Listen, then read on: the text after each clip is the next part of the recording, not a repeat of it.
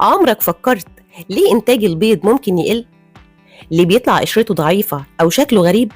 الموضوع مش مجرد صدفة، ده ممكن يكون بسبب متلازمة انخفاض البيض أو زي ما بنسميها EDS. طيب تعال أعرفك إيه هو ال EDS.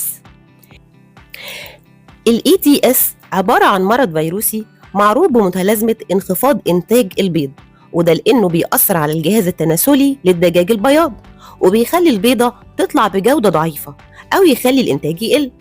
طيب بيتنقل إزاي الفيروس ده؟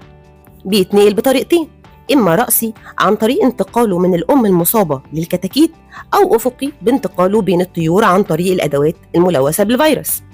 طيب أعرف إزاي إن عندي متلازمة انخفاض البيض؟ أول حاجة بيحصل انخفاض مفاجئ في إنتاج البيض.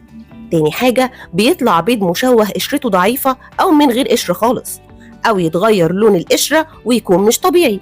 الغريب بقى إن الفراخ بتكون شكلها طبيعي جدا كأنها سليمة وما يكونش فيه أي أعراض مرضية عليها. طيب إزاي أحدد إن اللي عندي ده EDS ولا مرض غيره؟ طبعا لو حصل انخفاض مفاجئ في إنتاج البيض ده أشك، لكن لو عايزة أتأكد فبيكون عن طريق الاختبارات المناعية وخاصة الBCR.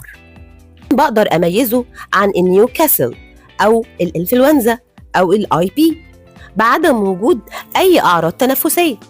خلي بالك إن الموضوع مش بسيط، والخسائر ممكن توصل ل40% من الإنتاج، ده غير إن لو في بيض مشوه مش هيتباع.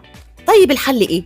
أهم حاجة هي الوقاية أولاً، يعني نديهم تحصين ضد المتلازمة دي قبل ما يبدأ الإنتاج، ونهتم بنظافة أدوات المزرعة وتعقيمها. نهتم كمان بتغذية الدجاج البياض تغذية متكاملة، وطبعا استخدام البرنامج الأورجانيك بعائلة البيوفاكتور بيعزز مناعتهم ويزود قدرتهم على مقاومة الأمراض ويحافظ على الإنتاج.